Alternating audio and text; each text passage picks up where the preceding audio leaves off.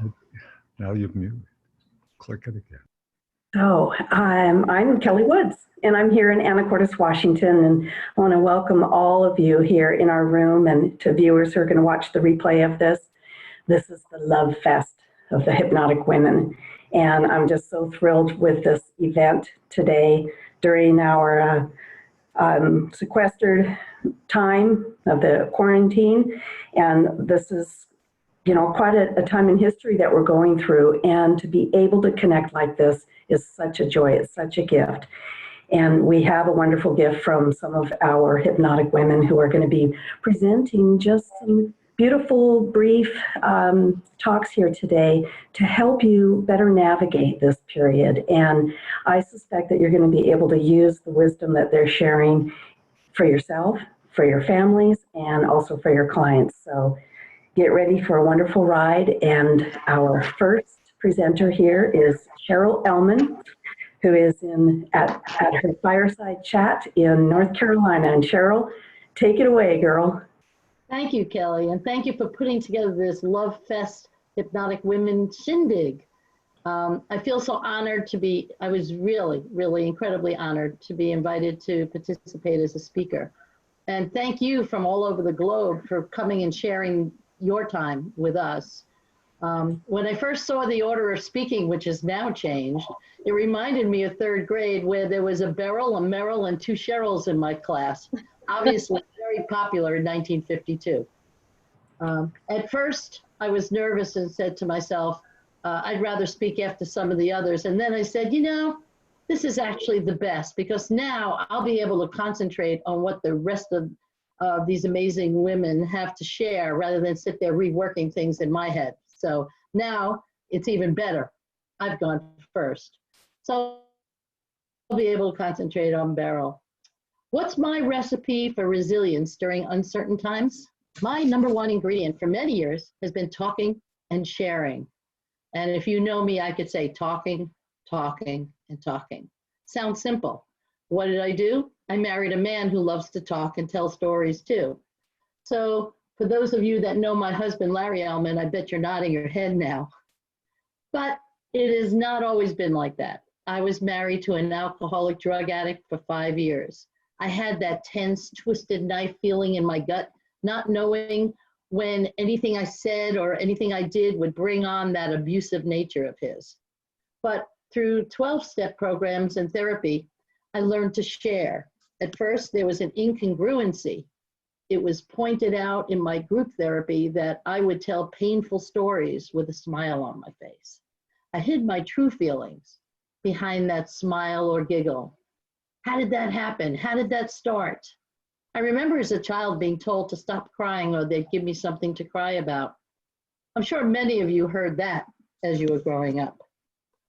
Through programs and therapy and sponsors, I learned to open up and share my feelings and thoughts more honestly. Through the process of being there for others when they shared their issues and feelings with me. I grew in my ability to see things through different perspectives and even began transposing it to myself.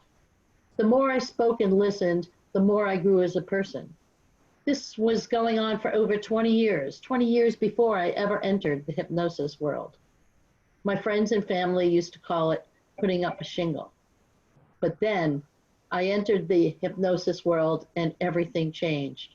People were there. People taught me how to reframe. People taught me so many skills, and I'm always learning them. I'm definitely an extrovert and love talking with people, all people, especially introverted people, because they need us extroverts to help them come out of themselves, to help them get those conversations going. When living in New York City, I was one of those people who struck up conversations with people in elevators, in subways, on the street. It just didn't matter. I would just get them starting to talk. My second ingredient for resilience is reaching out. I love to share my time, my thoughts, my experiences, my laughter. During this time, reach out to people. Who is in this group is by themselves as we shelter in place. Reach out and let us know, and we can form groups, Zoom coffee breaks, discussions, individual time getting to know each other, and more. Maybe there can be a discussion after this of who is by themselves, so we can involve them more and help them. There's so many free and low-class courses going on these days on the internet. I'm taking advantage of attending many of them. The one I attended with Karen Hand and Jason was absolutely so many laughs, so much knowledge. It was so much fun. And it took up, I think it was 4 hours. And I learned and came away with stuff that it was valuable. Who do you know who's elderly, perhaps doesn't use computers and is probably feeling isolated and scared? I have 4 people who I'm now calling on the phone regularly. A 99-year-old woman alone in Fort Lauderdale. She used to be my roommate I had back in the 80s. It's her ex-mother-in-law, and her son has died, and basically she has a granddaughter in California, but she's alone. I speak to her 2 to 3 times a week to help with her boredom and loneliness. I might listen to those stories over and over again, and then sometimes we reframe them, but she just feels like somebody had reached out and touched, and it made her feel so good. Last night we spoke to an 81-year-old woman in Scottsdale who's my husband Larry's best friend at MIT years ago. She's alone, living alone, and her husband's in a nursing home. She can't even go see him anymore. Her car was broken and now fixed, and she said she said she hopes that she remembers how to drive. I was able to help her reframe that as just she'd been on a cruise or a vacation for 2 months, and because that's how long the car was dead, and now she's home and ready to drive like she has done for the last 64 years. Larry and I are celebrating our 18th anniversary in 16 days. We've never been home for more than 2.5 months at a time, and sometimes away for 2 to 3 months at a time. We are taking some time now to nest and work or not work, organize the house in little bits and pieces, work on projects, taxes, business, taking time to read, watching TV, and the best thing is allowing me time to relax and to do nothing in particular, giving myself the permission to do that, because I always felt like I had to get this done and I had to get that done. And then there would be pieces in my head going, wow, when do I get to semi-retire? Because I'm 67 and Larry's 81. And so, but you know, we keep driving ourselves. I'm really getting into creative cooking each day with lots of wholesome foods. You know, when we're on the road, I'm eating a lot of things that are not good at, and here I've bought lots of vegetables and fruits, and when I do go out, that's what I buy, and I'm cooking with them and creating things every meal. This morning, I baked egg and onion garlic matzah as an experiment, because on Wednesday, I'm having an online Seder with my niece out in Texas. Can't buy matzah in my town, even in the best of times, just doesn't exist.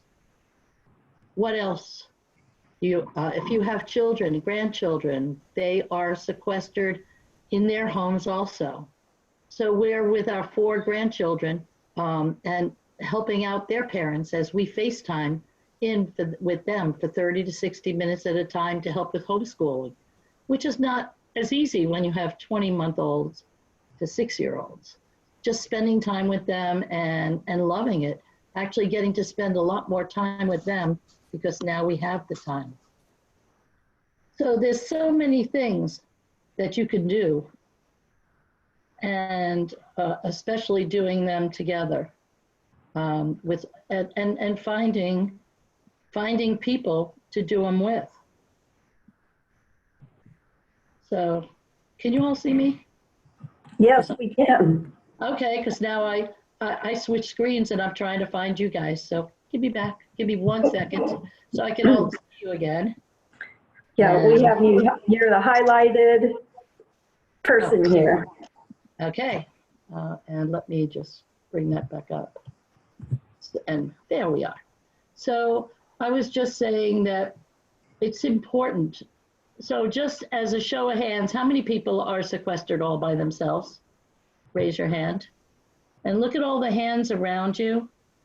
So that, are you guys getting together with people on Zoom and spending time with each other and maybe practicing? Raise your hand if you're doing that.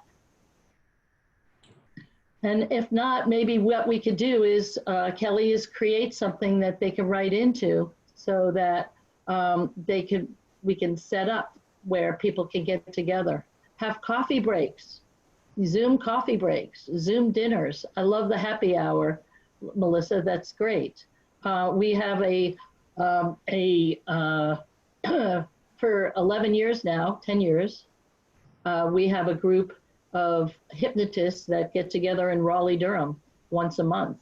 And we've been doing it now every week on Thursday evenings. And Christy, one of the members, taught us Qigong the other night. And we were all there doing it.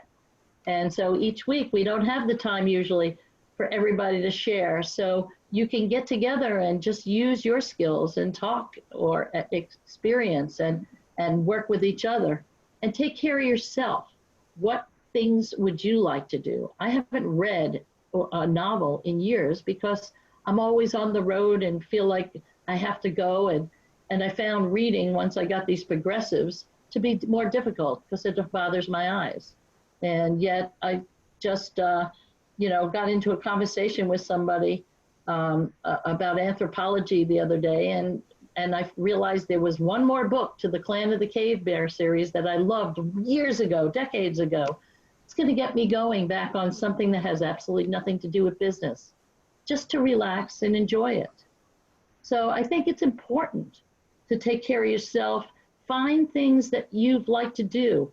I was looking, I had a painting company. I must have about 1,500 plaster pieces still in my home, in my workshop and shed. And I think I'll just order some fresh paints and just start painting again, because I have the time, because I can. I love, that's one of the most relaxing things I could do is sit and paint, whether it's a canvas or whether it's, figurines but so just refinding hobbies, because I've been on the road now for 10 years, refinding and recapturing parts of myself and coming up with new things. But my biggest thing is to talk to people, talk. And I have to laugh because I'm looking at Melissa Tiers. And when we were in Brazil, I was being interviewed by Anthony Jacqueline. And she goes, Cheryl, can't you ever make anything short? Because the interview kept going on, but we had talked. We had actually talked, Anthony and I, out by the pool, and he was fascinated by Dave Elmen's stories. So it wasn't supposed to be like a short interview. He wanted to capture all those stories that I knew from the family and from Larry. So it was a long interview. But the other day we were online and he said that was one of his favorite times, was hearing all those stories. One of his most interesting moments and one of his favorite moments. But I laugh because I could still see Melissa up above me on the stairs going, Cheryl, it's so long. So, but it's true. I talk, and I love you, Melissa, because I love that. So I love you all for coming. I hope this helps, but really take care of yourselves. Really get together and use this time, because as you're Zooming, you're going to also be learning about what other people are doing and getting experience on Zoom. If anybody wants experience on having a Zoom class and what to do with it, I'm more than happy. If you write to me, I'll be happy to put together a class that we can play with, and reach out to people, especially the elderly, or if you know people with kids, they could really use your help now. Just taking that 30-minute and talking to them about whether it's hypnosis kind of things, or just something about something just, everything's education. What did my daughter-in-law wrote the other day to tell my niece that they're doing Lego math. you know, and the kid is fascinated by math using all his Legos. So there's so much stuff out there we can help. If you've been a teacher, reach out and help. And by doing that, you also feel good about yourself and you do not get bored. So I hope that helps you. And so thank you. Did I use my 15 minutes? Because I never looked when You did. You did a beautiful job, and I knew that you would. Thank you so much. Thank you. Hey, Everybody, Beryl. give our wonderful Cheryl a hand, please. Thank you for sharing Thank you so much. your insights and wisdom. That's marvelous. So we had Beryl in the house for a short while, and now she's stepped out. And next in line, I was going to bring up Karen, but now she's gone. So No. I'm here. Kelley, I'm looking at Beryl. Yeah, I'm here. Beryl is here? Okay, I'm looking for you on the. Great. She's on the first page. She's Okay. under Mary and Rob. Or at least that's how there she you shows up are. online. Okay, wonderful. I found you. Yay, thank you for correcting me. All right, there she is. Beryl, welcome. Hey, We're glad you made it in. Thank you, my dear, and take it away. Well, it's thank you very much, Kelley, for your patience and everyone waiting. We've been in lockdown here now, 3rd week, so Sunday night is when everybody wants to connect with families, I guess. It was just a long time getting in today, a long time. So I don't know what's been happening, but I wanted to share with everybody a technique that I've been using online with some of my clients. There's a lot of conflict out there. You're probably feeling conflict. You want to help your children. On the other hand, you want to help your business. You want to eat that cake you made, but you don't want to eat too much of it. You want to be there for your spouse who's working from home, but you want to work from home. There's maybe a lot of conflict going on, short term, long term, and we're grieving. We're grieving for a life that's lost. We'll never have that life we had, and we need to adjust. So I want to go over with people, and you can do this very quickly in 15 minutes for sure. It's the visual squash with NLP. So I want you to think of a conflict when you've got, you know, it's like parts therapy. A part of me wants this, a part of me wants that. I often explain hypnosis that way. Whenever you have a part wants this, wants that, go to a hypnotist who'll sort it out. And this is a nice, simple way to do it. So with your eyes closed or open, it doesn't matter. Just take a deep breath. Just take a deep breath and go inside yourself, whatever that means to you. And think about that conflict that's been going on. And think about that part that wants to change, that wants to adapt, that knows that change is coming, but perhaps is fearful of it. I don't know. But I want you to put into your dominant hand that part that wants to change, but it's scared, perhaps it's anxious. I don't know what it's feeling, panicky, anger. We'll put it inside, we'll call it a polarity in your dominant hand. Yeah? And I want you to imagine that it's there in that hand and see what it looks like. What color and shape and size and hear its voice, its tone, it's been wanting to do for you. What it feels like. How it would feel to have that part a bigger part for you. And think of its good intention. Do you realize what that part is doing for you, how valuable it is for you? Take a deep breath. And again, once more, looking at that hand, ask that part, what is that positive function? What is it wanting to do for you? And keep that part in that hand. Take a deep breath and just hold it there in that hand. And turn to the other hand. And this is the part that's resisting change. It's resisting, it wants everything to be the way it was. It's also panicking, it's scared, it's frightened. And I want you to do the same with that hand. Open that hand and see that part, what it's doing for you, what it's been trying to do for you, how big it is, how small, what color, what shape, everything about it, its tone of voice, its resistance. And this also has a good intention for you. It may consciously be linked to events that are holding you back, times, things that people said. Maybe you're only remembering bits and pieces of this or these events. It's okay. Just feel it in that hand and know it's there. And it might surprise you how the subconscious takes you back through experiences now, through times. Because that's it. Our subconscious mind misunderstand events, situations. Sometimes it's an authority figure, a parent says something, you're a loser, you'll never do anything. And we get scared to move, we get frightened of success, or we fear failure. And sometimes an event, a drop ball, a split-second pause, and things went wrong. And it's okay, because you got through it. And it's all things that we can learn from. So I invite this part now, as you take the next breath, to release this event and any others that it may be holding on to. Any that have been holding you back. And you may allow yourself to see these events in a whole new light. Now, taking a deep breath once more, and with your wide eyes, I want you to look straight ahead and open those hands. Open those hands and staring right ahead with wide vision. You can see both of them, both hands, both polarities. And watch the parts as they turn to face one another. Ask each to understand and appreciate the value of the other, what it's been doing. They've been in conflict. They never understood that each part had a good intention. Have each part appreciate the value of the other part.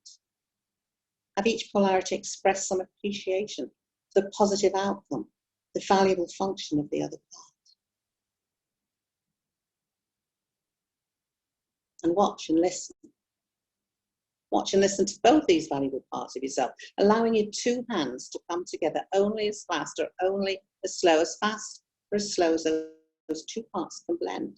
They can blend, come together and integrate in ways most comfortable for them and useful to you, in such a way that neither part loses anything, retaining the usefulness, the importance of both parts, each gaining from the other the qualities and the capacities that are lacking in themselves and present in the other. And you know, you may even be fascinated to observe some of the changes that occur. And these two images start to come together. They start to come together only as fast as you can comfortably absorb them. Surprised by the image that's created, the feelings, what it starts to say to you, and notice the additional skills and abilities that come as they come together to form a different part of you.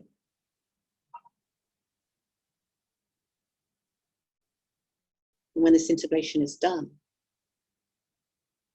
and the hands have come together, notice the change in your face and your breathing and posture. And when you're ready, physically use your hands to bring this part into yourself, wherever it needs to go, into your body somehow, so that it becomes a part of you and all your behaviors, easily and readily available whenever you choose. And as you do this, you feel a surge of energy in your body. Feel that surge of energy in this part unites with you. Take a few moments to appreciate and enjoy the qualities of this unique new part. And future pacing. Now, think of the specific times and places where you'll want these integrated qualities and capacities to be fully at your disposal in the future. And ask the subconscious mind to go into a fantasy of trying them out. Yeah, being creative, making new movies of the future, new behaviors in appropriate contexts. It's just like trying on a new pair of shoes. You get used to it eventually. It rubs to begin with, but that's okay. You use them in safe situations first and then expand more and more. How does this new behavior affect other people around you? Are there any harmful side effects? Ask all parts now. Take a deep breath, and from the top of your head to the tips of your toes, ask do all parts agree with these changes and negotiations? And when they do, you have a new part. I always like to double check and ask, are there any parts that disagree? If they do, then we can do exactly the same thing again. Put that part in one hand because that's the part that resists. I went through this very, very quickly with you. For some, you may have been able to do it very quickly now in trance, or whatever we think of as trance or visualization. I hope it works for you. I hope you enjoy that.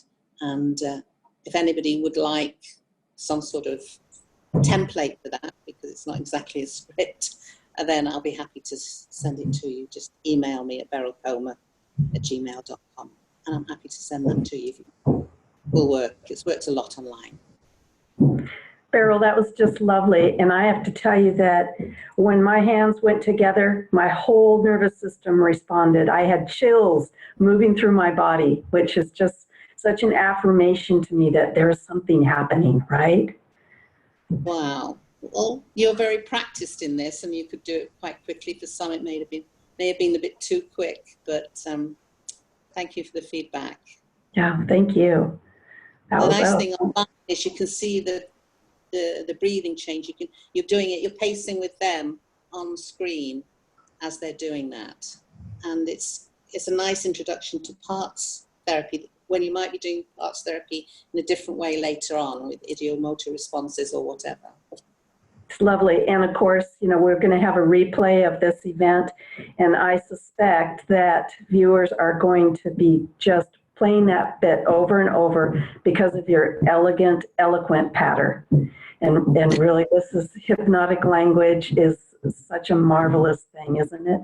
And whether someone is just beginning their practice and they can emulate people like you, or, you know, for those of us that have been doing it for a while, we can still learn wonderful turns of phrases. And I just really enjoyed what you gave us here today. So thank you.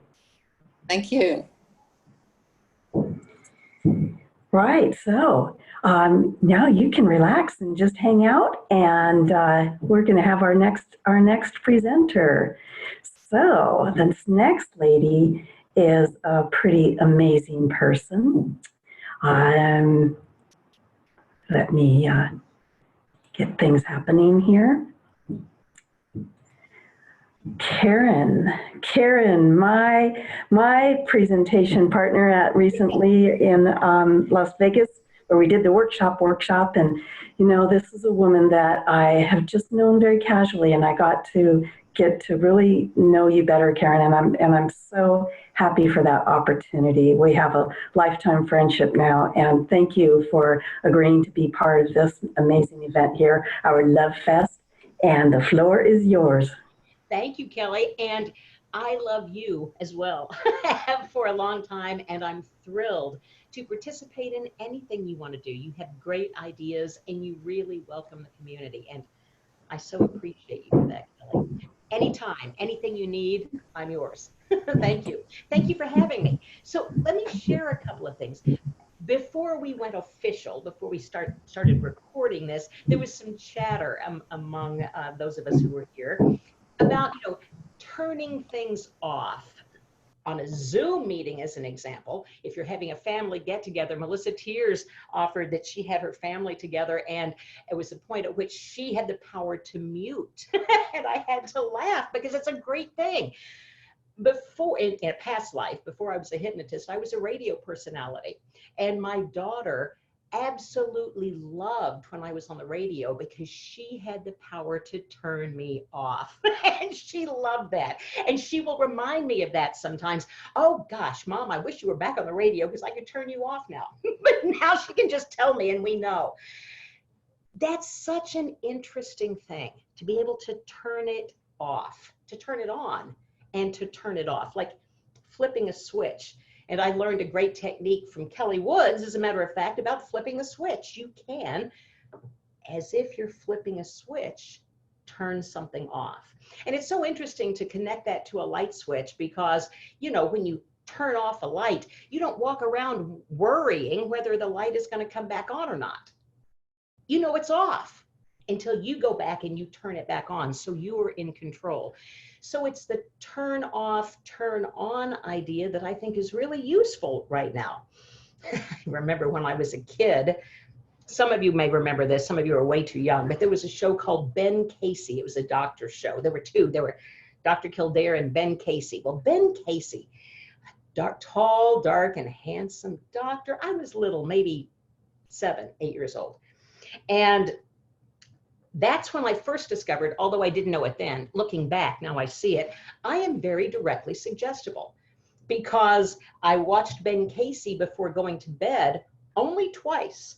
And then I was banned from ever seeing Ben Casey again. My mother wouldn't let me watch it, because when I did, I went to sleep, and the next morning I woke up with exactly what those people had on Ben Casey. I had all the symptoms. I had everything about it. I was sick with whatever they had. My mother, fortunately, didn't know anything about hypnosis, but knew, don't let her watch that because it makes her sick. You know what I discovered? As I watch all of this coronavirus talk, I can watch people talking about how bad it gets and how awful it gets. And I can notice myself having shortness of breath. I can notice myself wondering if, is that a little cough?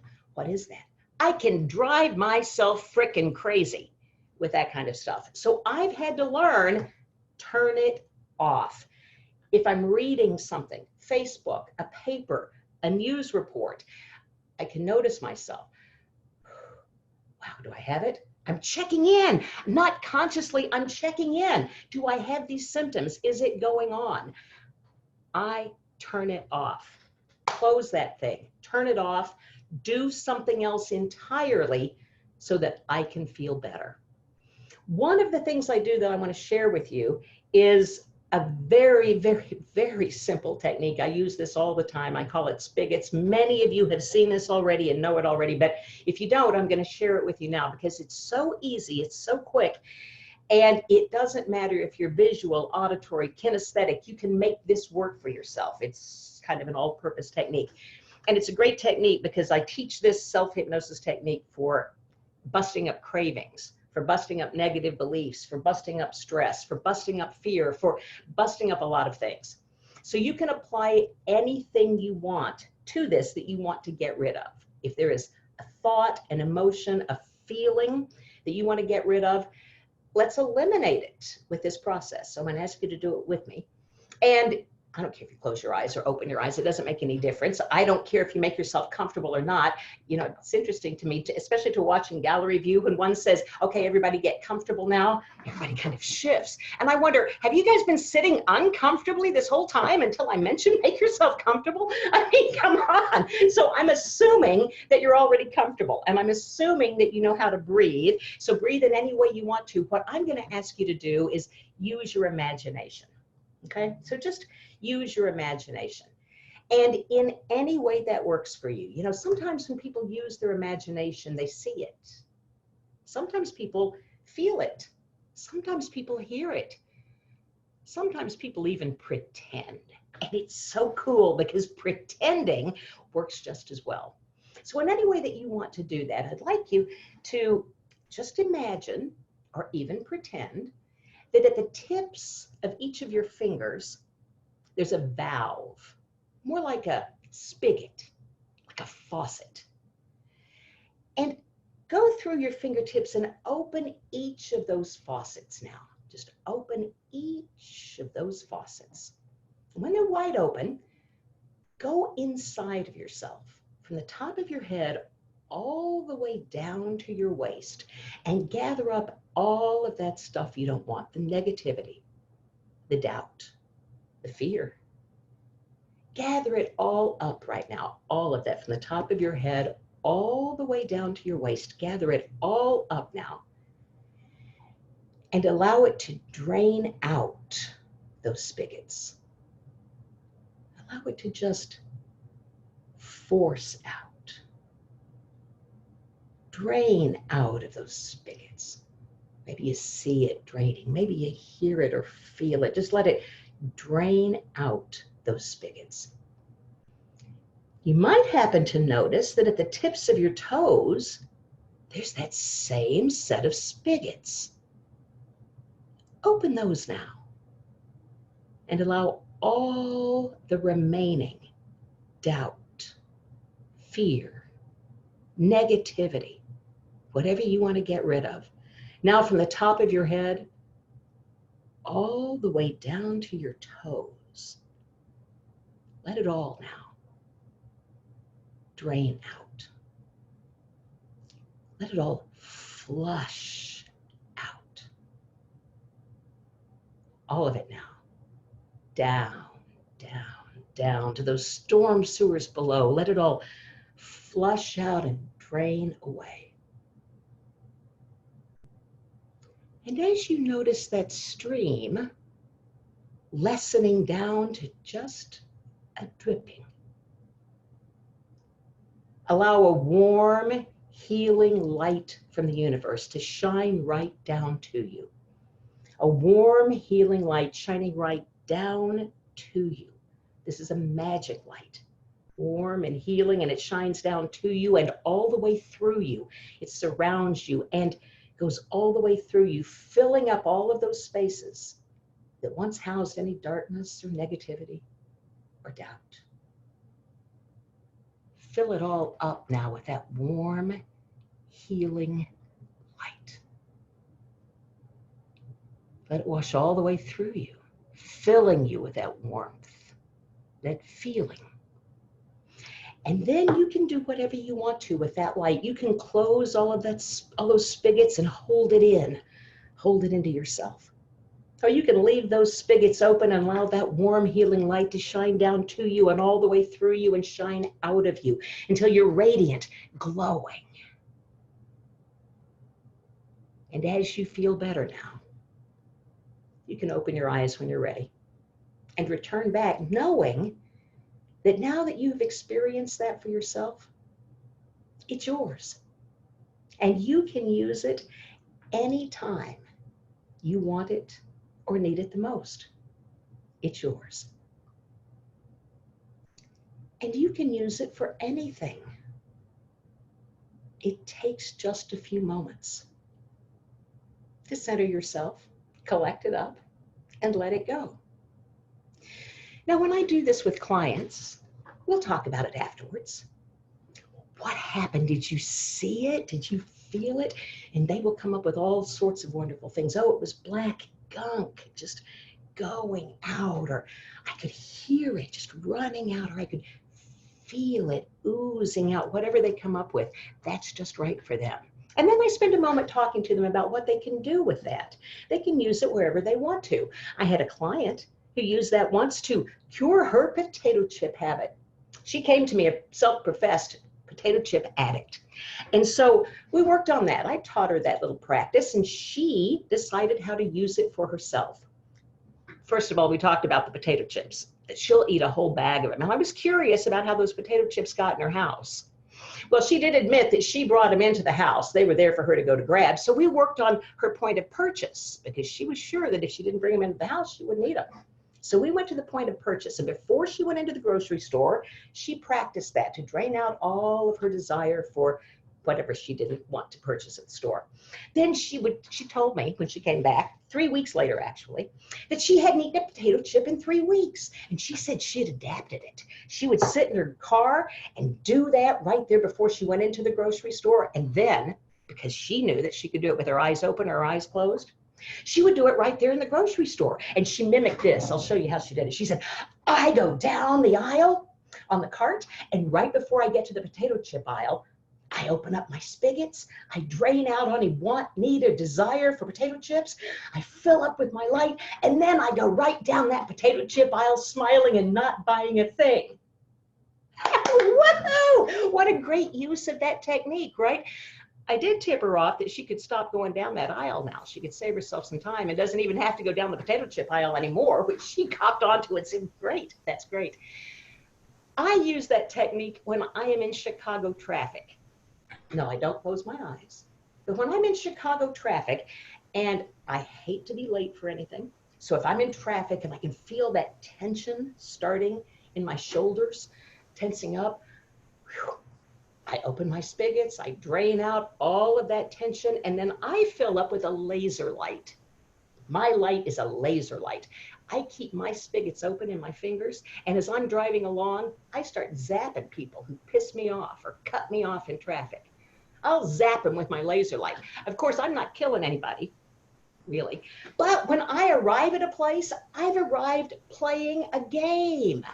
I don't arrive tense. I got rid of all that tension because now I'm playing the traffic game, the eliminating the asshole game. Oops. Sorry, Melissa, I opened the door for you. At any rate, I'm playing that game, okay? And it's so much fun. So you can take that technique and adapt it in any way that you want to get rid of stress, to get rid of negativity, to get rid of test jitters, to get rid of anything you want. Use it for you. One thing that I really like to teach my clients is to be flexible and adaptable and use things as they work for you. I use that turn it off technique, flipping the switch off, to turn off the news, to turn off all that stuff that causes me to get short of breath. Just turn off the chatter. I use fun, like the laser tag fun. I like to have fun. So I've turned some of this isolation into a fun little game. I saw on Facebook one day that you could make your own mask at home with a paper towel. They showed me how to do it. I had a paper towel. I didn't have anything else to do. So guess what I've got for myself? I have my own little mask. If you want to learn how to make it, you take a paper towel, you fold it, you know, like an accordion or like a fan. You clip the ends together with a stapler, put rubber bands on them, and you have your handy little mask.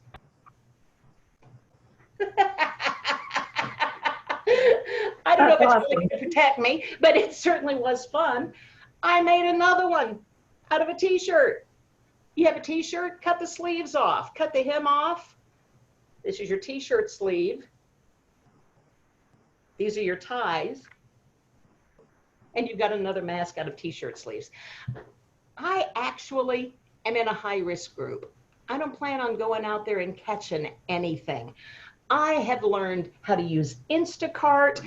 I have learned how to use all sorts of things. I'm having fun with this too, even with my arts and crafts projects. And I just want to share one more thing with you. You can do all sorts of wonderful things. I hope you can see this. Can you see my screen?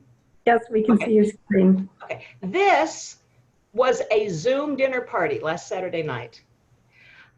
It was interesting. We had to work out some things, okay? So when I have a dinner party with my friends here, Catherine and Frank, when we have dinner parties, we show up and we usually, of course, have some appetizers. We sit down and chat. We realized, well, that's going to be awkward. So we met at the dinner table at 6:30 with our tables set. And then we changed ideas on what we were having and that kind of thing. That's one way to have some fun with what we're doing here, right? Did I stop that? Yep, Yeah, you stopped it now. Yeah, okay, so that's one way to have fun, organize some stuff. What Kelley organized here is a way for us all to get together and share ideas, right? Think outside the box, have some fun, play some games. I'm already organizing the Easter celebration for my family. We always get together at the in-laws' house. Nobody's getting together now, right? So we're not going to do the big thing. My in-laws, we talk about having a 2 o'clock dinner. We usually eat about 3:30 or 4. So nobody's planning on having their meal done at the same time, but we're all going to get together at 3 o'clock in the afternoon and share. And I've got a challenge going on to find out how big we can make this extended family Easter celebration, because I have nieces and nephews who sometimes have to make decisions. Oh, do we go to my husband's house, or we go to the family encounter? Well, it's going to be interesting because at 3 o'clock on Easter Sunday, we're going to have a bunch of extended families coming together, and you never know who knew we might meet at 3 o'clock on an Easter afternoon. What else have you got to do? Think outside the box, have some fun, yes, and enjoy. And I love it, Karen. And your spirit is infectious, and having fun, really, whether we're working or playing, is so important. And I love the spigots exercise that you shared with us, because as you demonstrated, you can use it anywhere. It's not dependent on just being relaxing in your chair with your eyes closed. You can use it while you're driving. You can use it while you're having interactions. You could use it while you're doing a Zoom session and you're feeling a little bit nervous because maybe this is new to you. And these are the kinds of active mindful hypnosis techniques that I absolutely love. And I don't remember much from it, so thank goodness for the replay, because I'm going to be reviewing it. And if anybody wants the script, you can send Karen@KarenHand.com. I'll be happy to send you. Great, thank you. There was one really important question I know in Alaska asked, can it be used for husbands? Why not? I don't have one of those, but I'll put it in my catalog. Remember, only you can do it. So release whatever it is that he's aggravating you on. That's how you use it with husbands. That's right. Well, thank you so much, Karen. You're delightful. And we're on to our next expert here, who is the lovely Lori Hammond. Lori is here from Denver, is that right? That's right. Yeah, welcome. And you are so delightful. I love your energy and some of the things that I've been seeing you do. And we were both part of a wonderful event last weekend, which was really fun, that Martin Peterson put together. And I'm so glad that you accepted my invitation here to present to our wonderful hypnotic women. And away you go. Thank you so much, Kelley. I am so honored to be here presenting among many women who have been my teachers, and with all of you other hypnotic women. Thank you so much for being here. It's funny, I was a little bit pressed for time getting here today, and so I was able to shower, but my hair hasn't been washed in days, and I wonder how many of you can relate that it's a good thing this isn't smell-o-vision. So what I would love to do, I have my view in a gallery view right now, so I can see all of you beautiful women on here. I think we have 82 people on the call right now, people from all over the world. And so I want to invite you to just place your hands on your heart and just think about the fact that there are 81 other women here with you right now. And just imagine for a moment that you are just sending love to someone. Maybe think about those women that raised their hand earlier and said, I'm here all by myself. Just imagine that you could send her love, perhaps even go in and just give her a virtual hug. And then I would like you to imagine receiving that hug. Just feeling a sense of support in this moment. Imagining holding hands with women all around the world. Just allowing yourself to experience perhaps that love like a color, like a soft blanket enveloping you right now, filling every cell of your body, helping you realize in this moment, I am okay. I am supported. And imagine now that this sense of love, this sense of togetherness, this sense of support is even spilling out and filling the room that you're in, so that every time you walk in this room, you have a sense of support, a sense of community, a sense of knowing that you are loved. Allow that beauty to spill out into every room of your house, so that each time you walk through a doorway, you remember that you are supported, that you are okay. And remember this beautiful community of women who is here with you now. And then you can go ahead and just relax your hands into your lap. And I want to talk to you. It's interesting that Beryl spoke about parts and Karen spoke about off switches, because I'm going to kind of harness that same thing. The reason I decided to become a hypnotist is because of the amazing ability that it allowed me to change my state, to change the part that I was operating with. So I like to think of parts as different kids in the classroom. So each emotion is essentially a part of us. If we're really excited, that's this excited kid in the classroom. And all of us has over 100 different of these kids in the classroom that we can access. So if you've ever felt really excited or really resilient or really resourceful, that is a part of you that is available to you. That's a kid in your classroom. And when we are feeling really anxious or nervous or perhaps scared and worried about what's going on, if we're feeling lonely, I think each of those is also a kid in our classroom. So if I could show you a simple off switch that let that anxious kid in the classroom sit down and let the resourceful, peaceful kid stand up, would you be interested? So I believe that each one of these different kids in the classroom has their own specific set of body language, their own posture, their own way of breathing. If you think of anxiety, we often, even without realizing if we're feeling anxious, we're breathing like these deep, shallow breaths from high in the chest. And so simply switching your breathing can be a way to turn off that anxious kid in the classroom and bring forward a peaceful kid in the classroom. There's a special rule that I think is kind of awesome. Only one kid can stand in front of the classroom at a time. So if anxious kid is in the front of the classroom with those shallow breaths, then peaceful kid is sitting down. And when you just simply change your breathing, it's almost like you're calling peaceful kid to the front of the classroom and anxious kid has to sit down. So my favorite way to show people how to switch the kids in the classroom is to change 3 B's: your body language, your breath, and your beliefs. And that beliefs, it seems like a really hard one, a kind of a scary one, but every kid in the classroom has their own set of beliefs.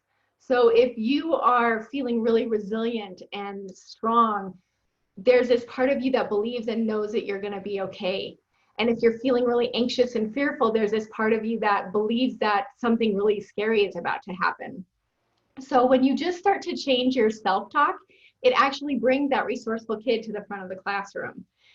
So right now, I'd love if you'd like to play along, I would love for you just to imagine that you're being pulled up by a magic string from the top of your head. And it's almost like your body is a marionette and your shoulders relax down and your spine is aligned. And now I'd like you just to tip your chin to the sky, look upwards. If it's comfortable for you, outstretch your arms and just smile. Think about the fact that you're doing this with 80 other women around the world and let yourself feel amazing right now. And notice how in this posture, it's nearly impossible to feel bad. And now I want you just to give yourself a powerful, positive suggestion right now. It can be as simple as, I am strong. I am resilient. I can do this. That's right. And now just take a deep breath from low in your belly like you're inflating a balloon. And with a long, slow exhale, just let yourself experience peace. And then you can go ahead and just come back into the room with us here, just allowing yourself to be comfortable again.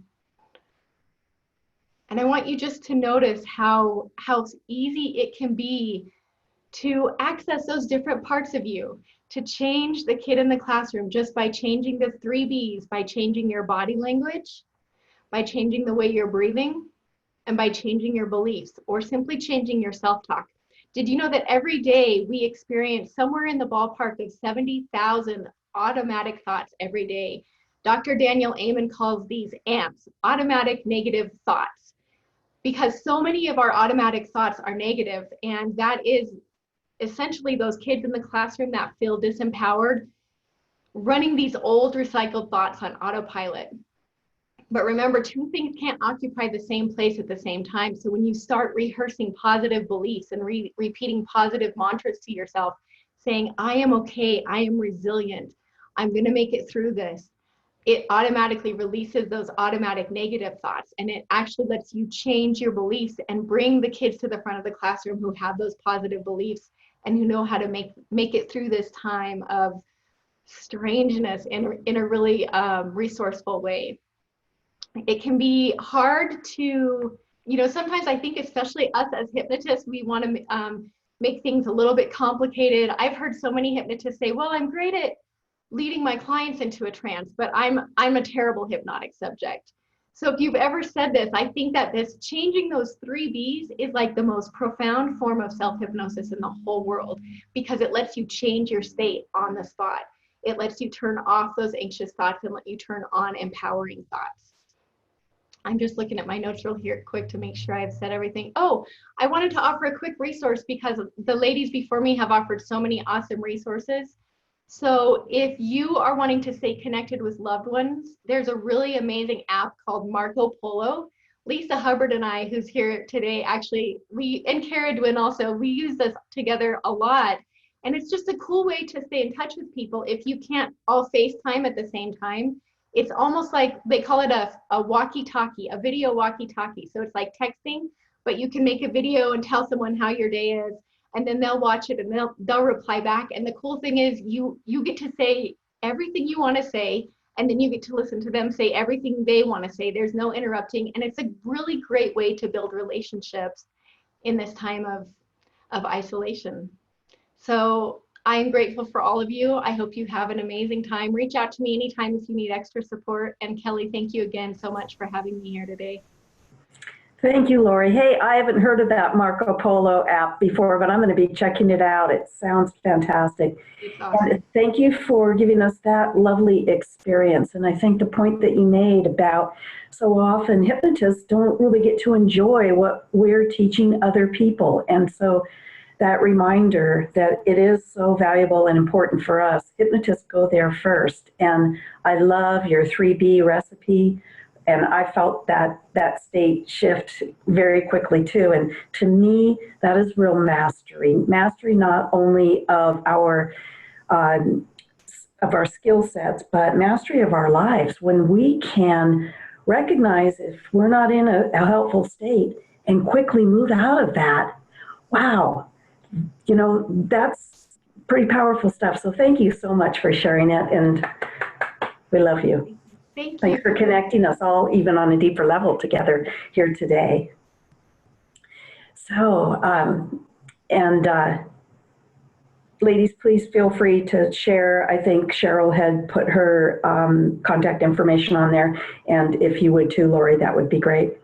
So our next speaker is one of my favorite hypnosisters, and she and I have had some adventures together in foreign lands, and I'm her champion when it comes to bugs. So everybody, please welcome the indubitable, unmatchable Melissa Tiers. Hey everybody. So sorry I had to pop out twice. I keep getting a signal that says my internet connection is, you know, poor. So I have to go and run into the next room and tell, you know, my kid and my husband to get off the internet. Maybe that'll help. So hopefully it's going to continue. Yeah. Kelley, you are my champion for way more than just bugs, I have to say. One of the things after traveling to Brazil, Cheryl as well, I kept telling everybody after a few days that that they just had to like get used to the fact that Kelley was just a better person than all of us.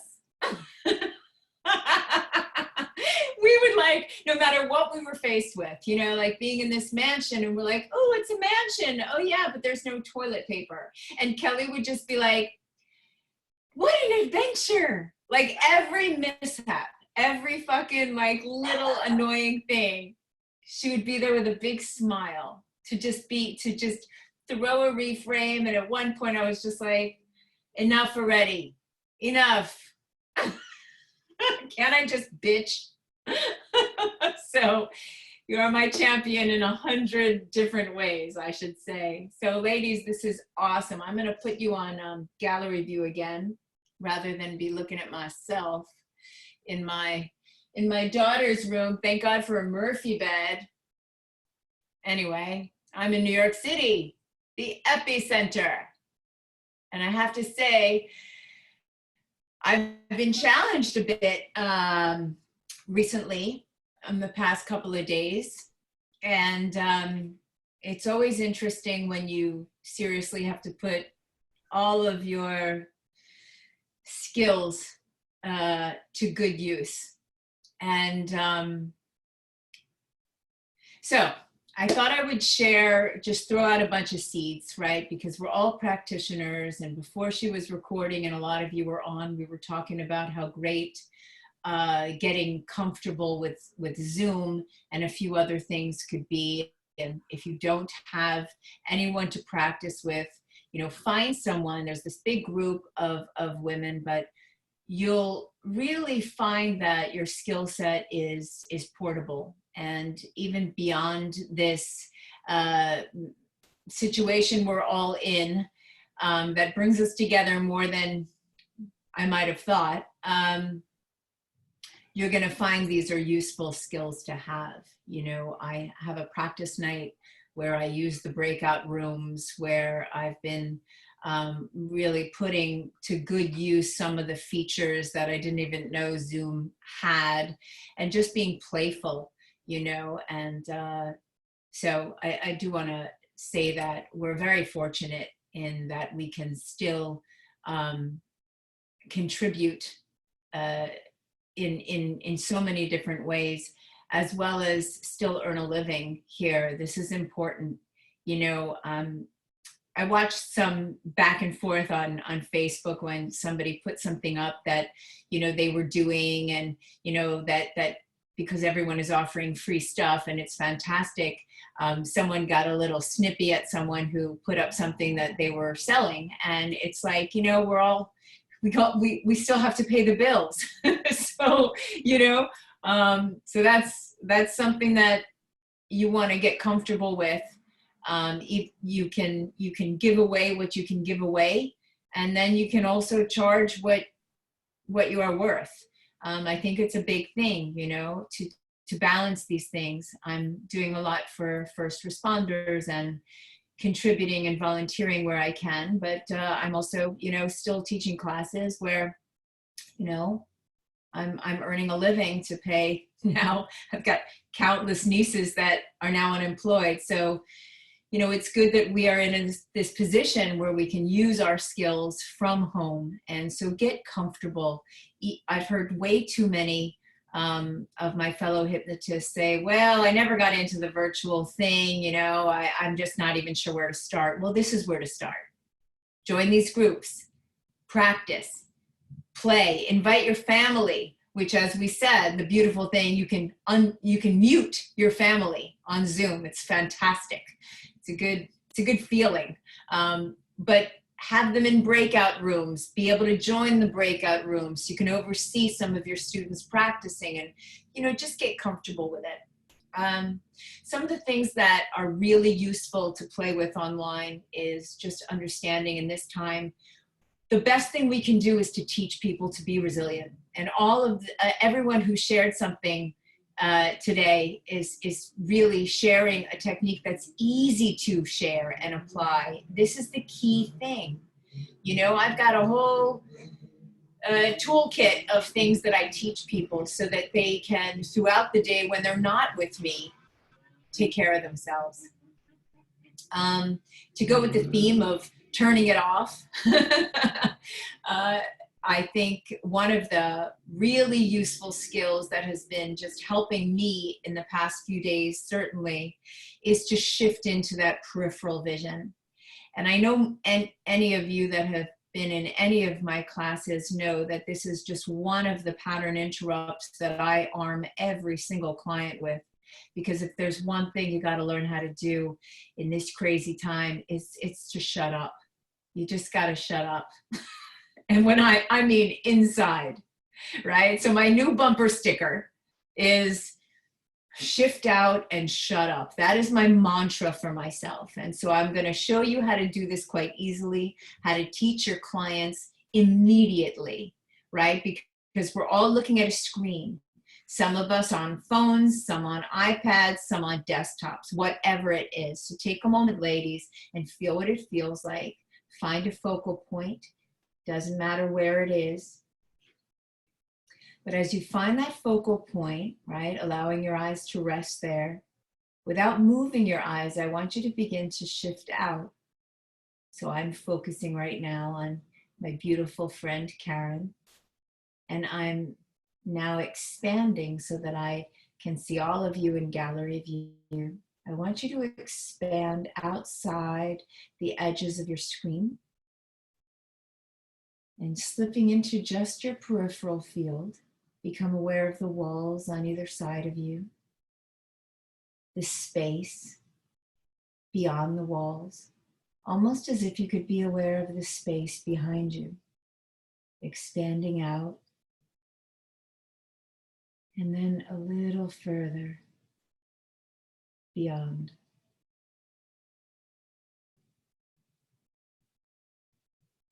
And then bring it back into focus and notice what that's like. Now, this one initially took me a lot of practice. The reason I teach it to my clients is because it's a way of immediately shifting into the parasympathetic response, but more importantly, stopping internal dialogue. It just, if you'll notice when you're doing it with your clients, you'll see them start to immediately go into that nice shifting, breathing, shifting response. For me, every time I start looping, which is a lot, anytime I watch the news, anytime I just start with that inner dialogue loop that is not useful. I immediately shift out and shut up. I could do this walking down the street. I can do this anywhere. So once again, ladies, just so you have a better feel of it, find the focal point again. This time I will use Beryl because she is right in the center view for me. And a brilliant, beautiful anchor. And then I just shift out into my peripheral field. With kids, sometimes I just have them use their hands. And shifting so I'm aware of the walls on either side of me. And my ability to almost soften and go beyond the walls. And reach for the space behind me.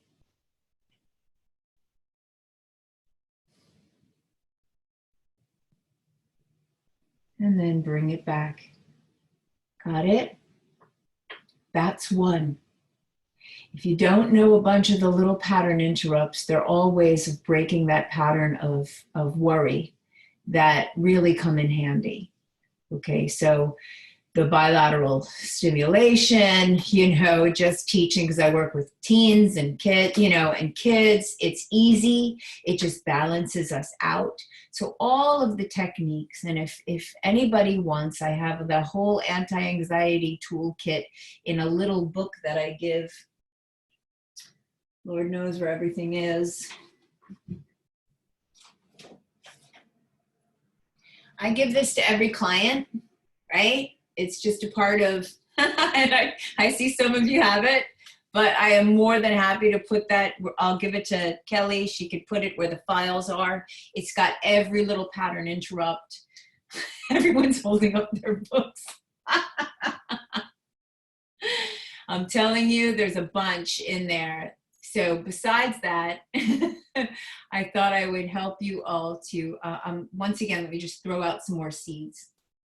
I said earlier that if you're not used to doing virtual sessions, you might be surprised at how almost every single thing you would do in your office, you can do here. I know some of you are a little nervous about doing like deep trance,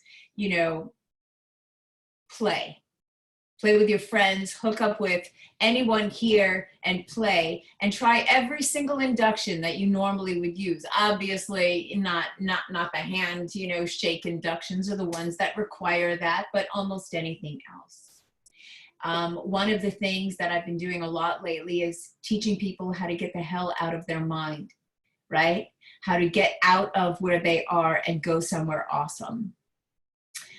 So here is a very simple self-hypnosis technique that is a really nice body-centered trance that I share quite easily with people. I'll tell you that, Beryl, you doing the visual squash is another one where you can kind of see what's going on with your clients.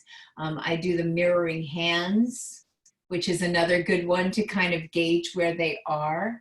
I do my, the kind of arm catalepsy, the conscious, unconscious dissociation. I know many of you have been in my class. If not, I think there's that on YouTube as well as Ernest Rossi's mirroring hands. I think I have a demo of that on YouTube, easy for you to review, so I'm not going to waste the time here.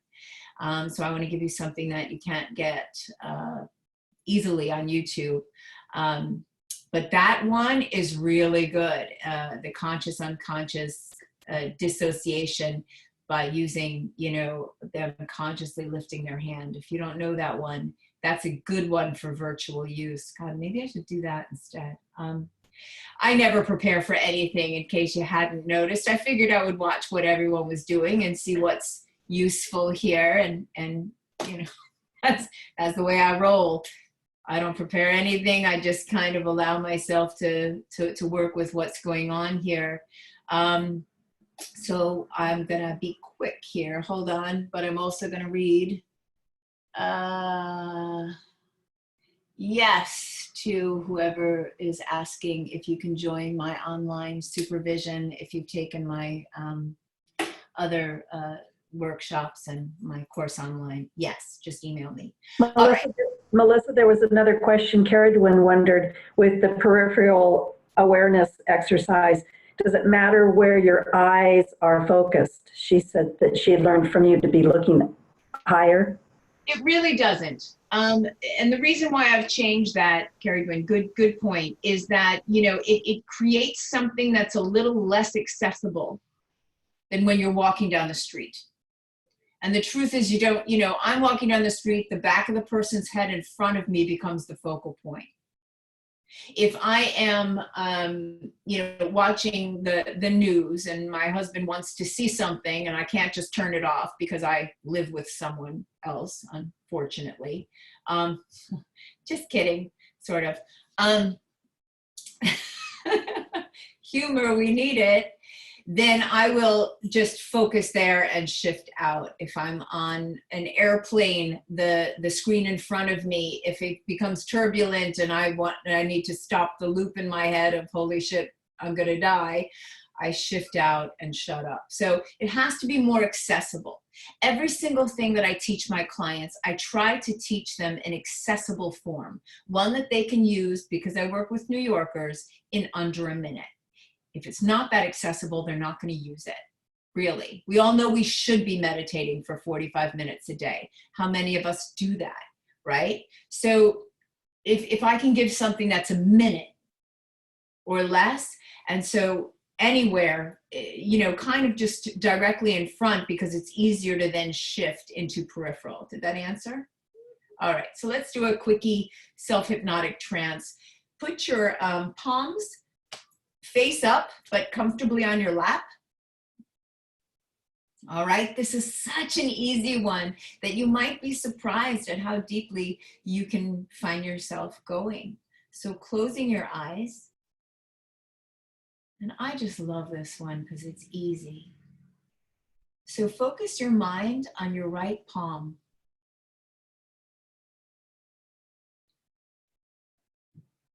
Just noticing what you can notice there. Moving your awareness easily to the inside of your right elbow.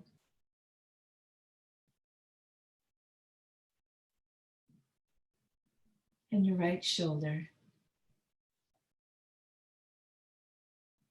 Easily moving your awareness to your left shoulder.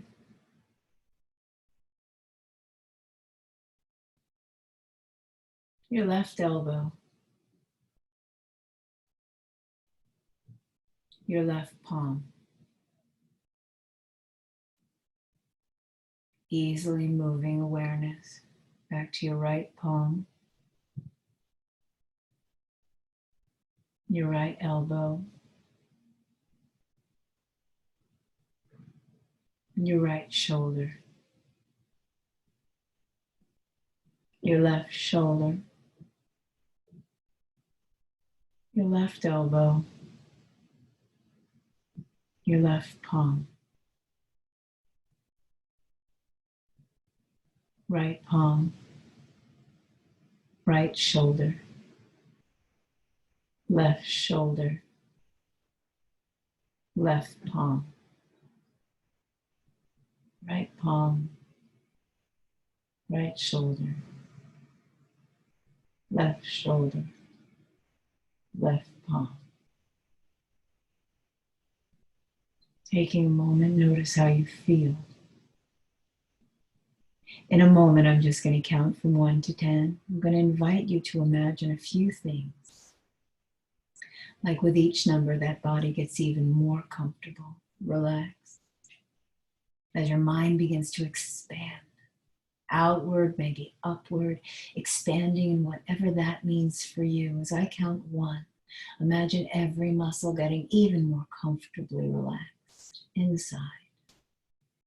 2, expand in whatever way your mind chooses to experience expanding outward, upward.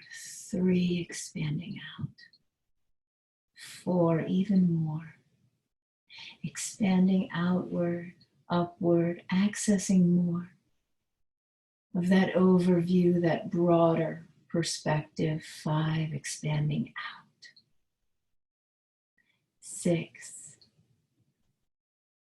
7, expanding outward into clarity, maybe insight. 7, expanding even more. 8, 9, 10, just playing in this expanded state. I want you to just allow yourself to be open to any thoughts and ideas that move through you when you sit with a question like, what's important for me to remember right now?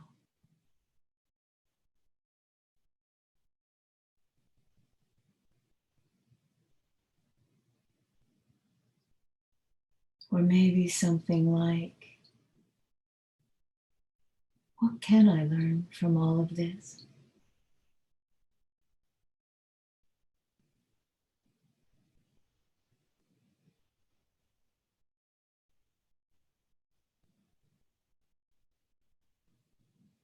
And then taking a moment to imagine being somewhere beautiful. Sometimes we should remember it's the simple things that mean a lot, like the ability to travel in your mind. Go to one of those places you love. See what you'd see. Hear what you'd hear. Feel what you'd feel. Take a deep breath in and imagine smelling what you would smell. Fresh air. Allow yourself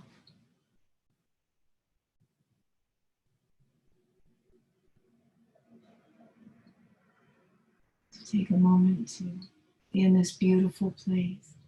Think of all the things you have to be grateful for. As if your mind could show you all the different things and people and moments that you can be grateful for.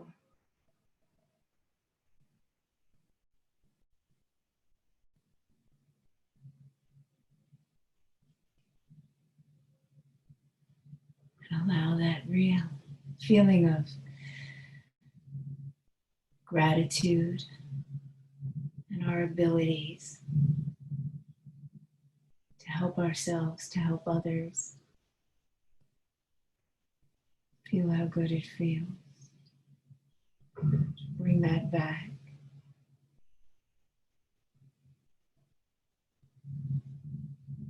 Bringing your awareness now back into your body, focusing on your heart, breathing as if you could breathe through your heart. Taking deep breath in for 5. 1, 2, 3, 4, 5, and exhaling 5, 4, 3, 2, 1. And again. In for 5. Out for 5.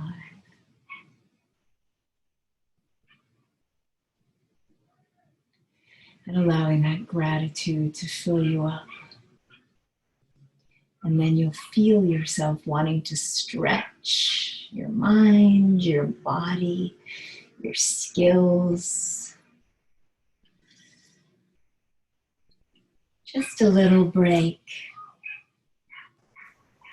That was awesome. I learned that from you a few years ago and made it my own. And I have a video of it called the Hamduction. And it's one of my favorites. And I have to tell you that it's one of my favorites to use online. I can't believe that this Zoom call has now been 6 hours long. What? Oh. This is one of the gifts that Melissa has, is giving us time distortion. And I'm sure the rest of you feel the same way, that this just brief amount of time with her seems like it was timeless. Thank you so much, Melissa. I love you, and everybody loves you. You are a gem in our profession, and I'm so grateful for everything that you share. And thank you for being part of this event here today. Of course. And stay safe out there. Yeah. Yeah, the good news is Washington, was a leader in this country, and we're doing a great job here of keeping that space and distance. And so far, things are copacetic, but we're looking forward to that continued improvements, and hope it is a wave that goes across our country and the world. All right, thank you so much. My pleasure. Yeah, so we have one more lovely woman joining us here today. And if you don't already know this very gracious hypnotic woman, Victoria Gallagher, you're here to have the pleasure of her presence. And welcome, Victoria. I'm so glad to have you here today. Thank you so much, Kelley. Thank you for putting this together, and thank you all for being here. It really is, I want to echo Lori, that it is an honor to be among, not among, for my husband, among so many talented women here, and to be able to share what I know. And so good morning, good afternoon, good evening, wherever you are. When I thought about my recipe for resilience, I really thought about something that includes several ingredients. And I came up with actually a what do you call it, an infographic I created yesterday on Canva. And I have an ability for really tapping into resources, because I've been at this online thing myself. I've been primarily online for the last 21 years, and life hasn't always been easy. I've gone through really tough times in my business, and so resilience, I really kind of feel, is something that is my superpower. It's something that I've always had to step into. And so I just really want to thank everybody for all of their amazing tools and techniques. These are all things that I think we can all put into our toolbox.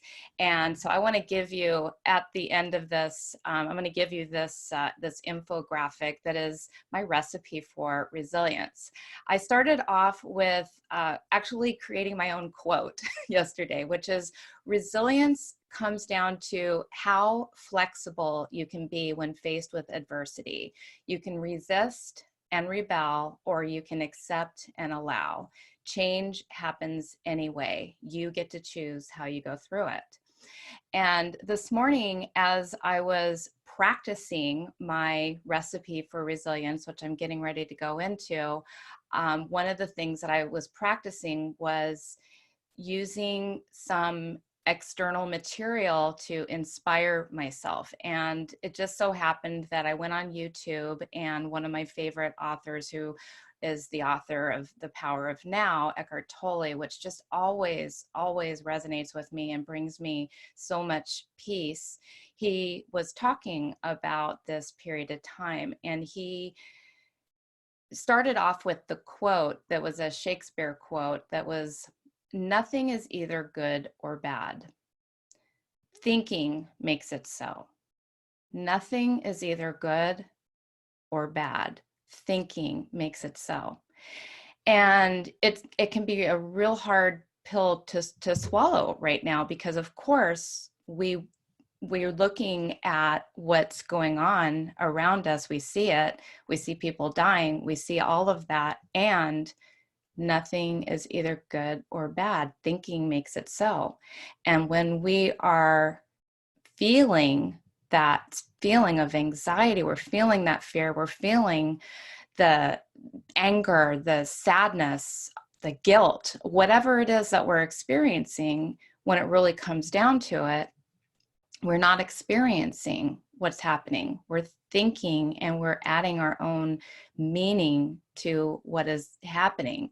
We are, saying it shouldn't be this way.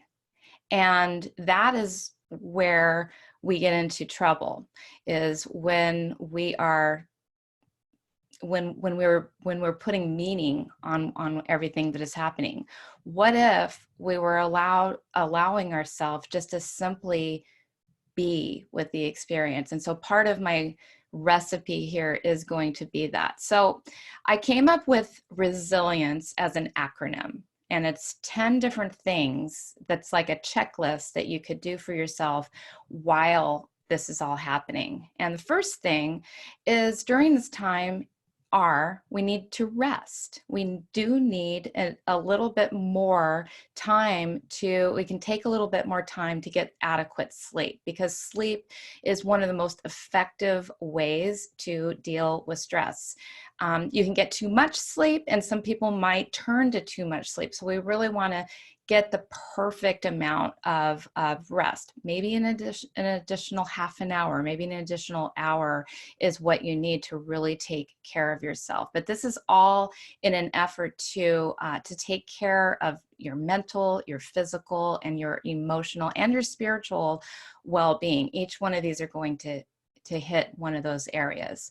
The next area is E, for exercise. So exercise, meaning, it could be as little as just, and I don't know what level of quarantine different people are at, but whether you're able to, luckily, I feel very grateful for the fact that we live in Arizona, and we're not on complete lockdown. So we're able to actually go outside and go for a hike and enjoy the beautiful weather. And that vitamin D just makes you feel so good. But just taking that time for yourself to do some vigorous exercise, whether it's walking, whether it's running, whether it's just, you don't need the gym. You come equipped with a perfect gym, your body. You can do jumping jacks, you can do push-ups, you can do sit-ups, but just something to keep your body in motion. Because when the body is just kind of sitting, because now here we are, we're stuck at home, and it's easier just to sit and sit in front of a computer screen or sit in front of a TV screen. You got to move your body, because that stuck energy is going to kind of create that can create some bad feelings. And just feels good. It gets the endorphins going, and endorphins are the feel-good chemicals. And so all of these things are in an effort to cause you to feel good right now. And you have a right to feel good. I want to echo something that Melissa said. You have a right to make money right now, not off of the problem, but but by offering your support, we're all first responders here just as well, because we're offering people the mental and the emotional support that they need. People are breaking down and they don't know how to handle this. And we have a way to help people with I think one of the most important aspects of our being, which is our mental well-being. When this is all over, where do we want to be with all of this mentally? And we need our brain in order to make us, we need our brain, we need our emotions, we need all of that support to get us through this. And so, it's not about taking advantage of people, it's about helping people. But, if you're not allowing yourself to earn a living, you're contributing to the problem. And so you still need to be part of the solution and allow yourself to earn a living. You may have to discount your services. You may have to give a few more things out for free, but I just wanted to echo that. Okay, so the S is for silence. Silence, taking some time really to tune in and listening to the thoughts that are going through, and not allowing yourself to travel down those avenues.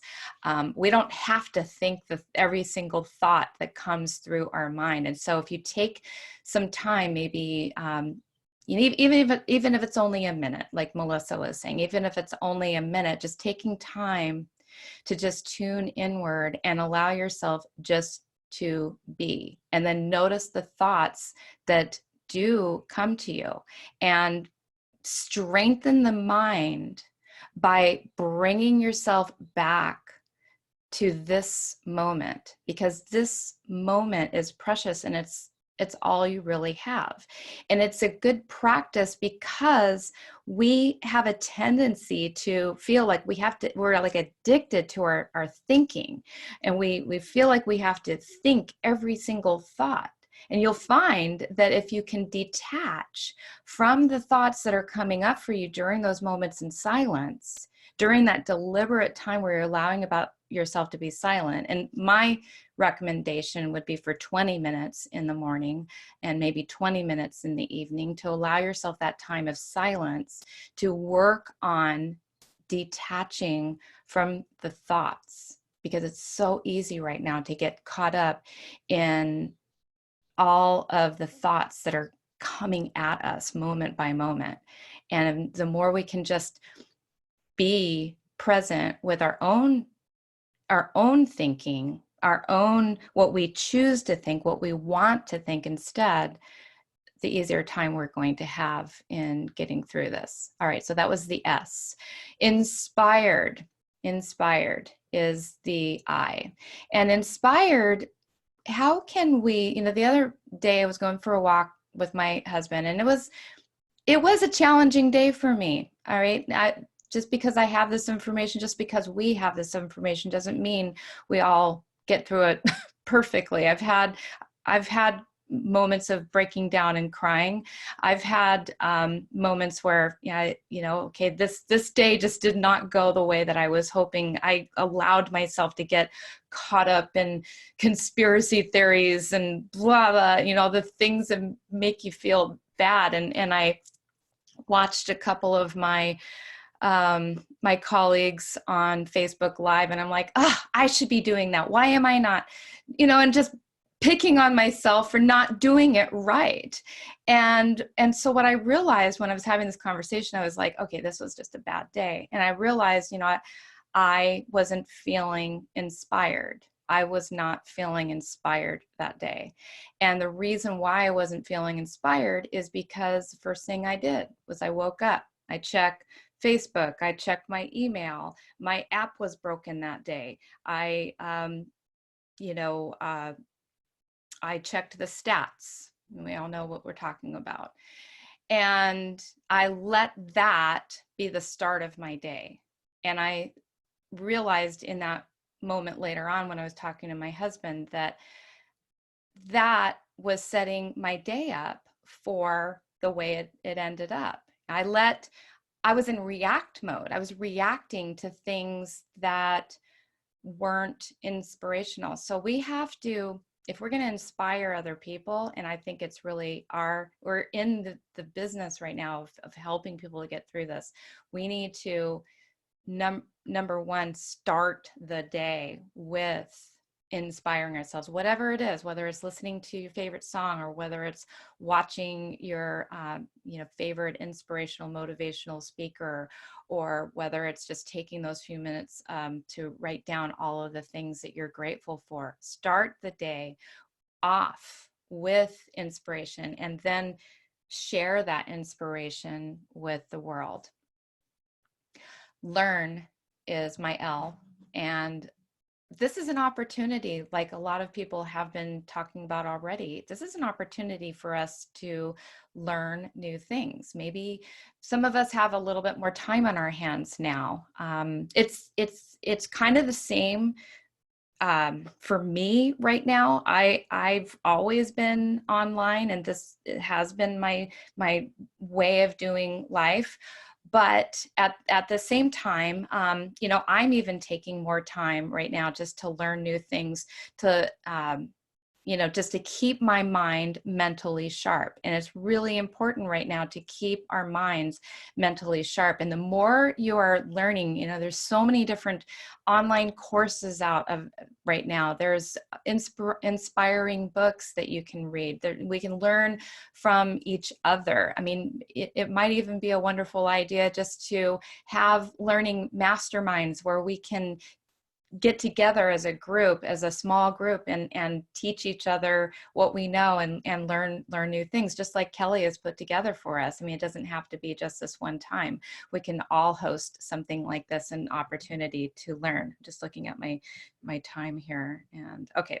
Oh, I'm at my 15 minutes. Okay, so I'm going to get through this really quick.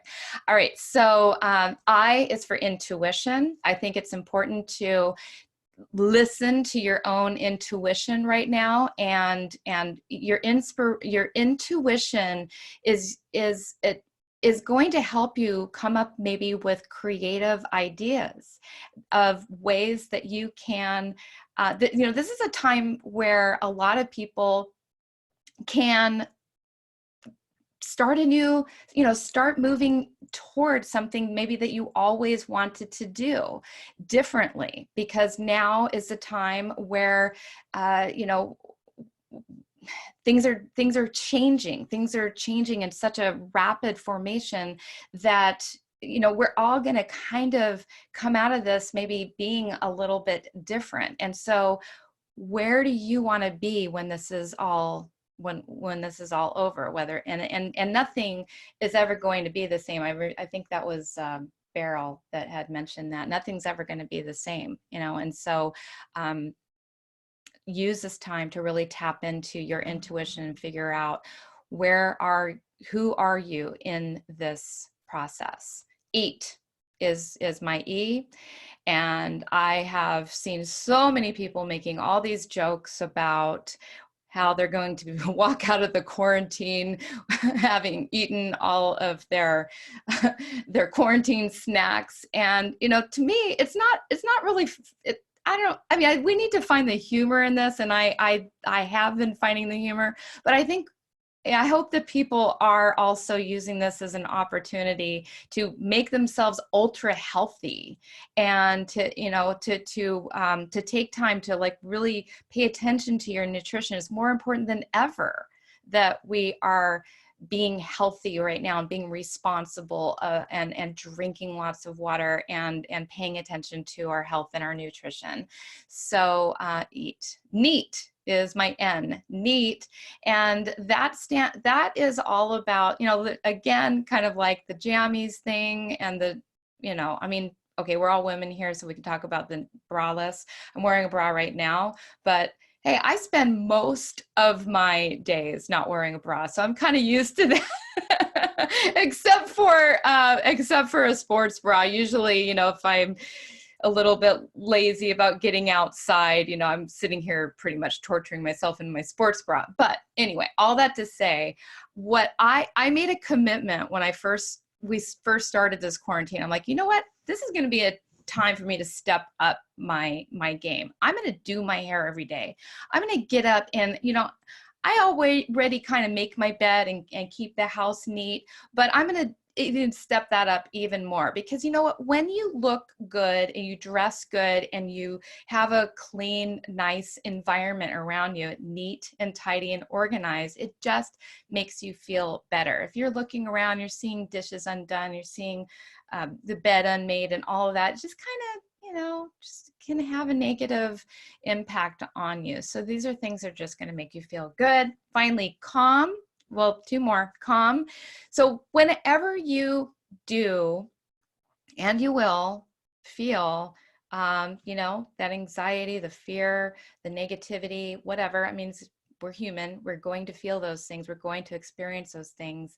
So many people have already talked about breathing. And so you know, it doesn't matter which pattern you use, but a pattern of breathing is going to help you to calm those nerves and cause you to step into a feeling of presence. I mean, the breath is life and it is a gift. And so whether it's the, you know, 4-8-8-4 breathing, or it's the 7-11 breathing, or it's the, you know, I like the 4-7-8 pattern of breathing, where, you know, you breathe in for a count of 4, you hold it for a count of 7, and you let it out for a count of 11. And you do that for about 4 rounds. And when you do that, it's just going to help you to center and take your mind off of what it's been thinking, because the mind loves to think, and it particularly loves to be in the thinking about the negative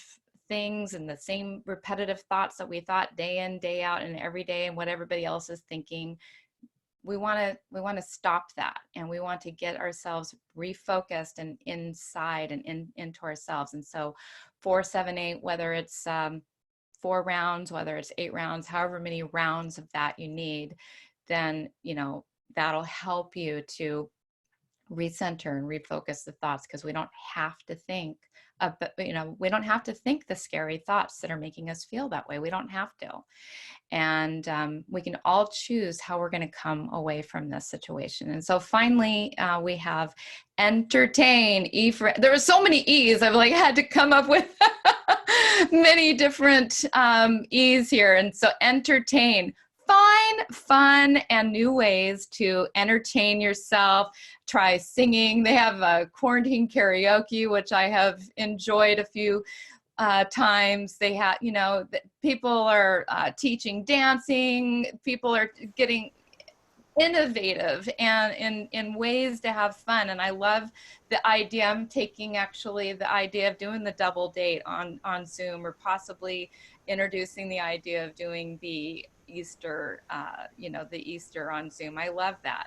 But watching funny cat videos on YouTube, you could even make your own funny cat videos on YouTube. But just find ways right now to have fun, call a friend, anything that it takes. So that's my recipe for resilience. I'm going to actually post that in the group. I'll post the infographic.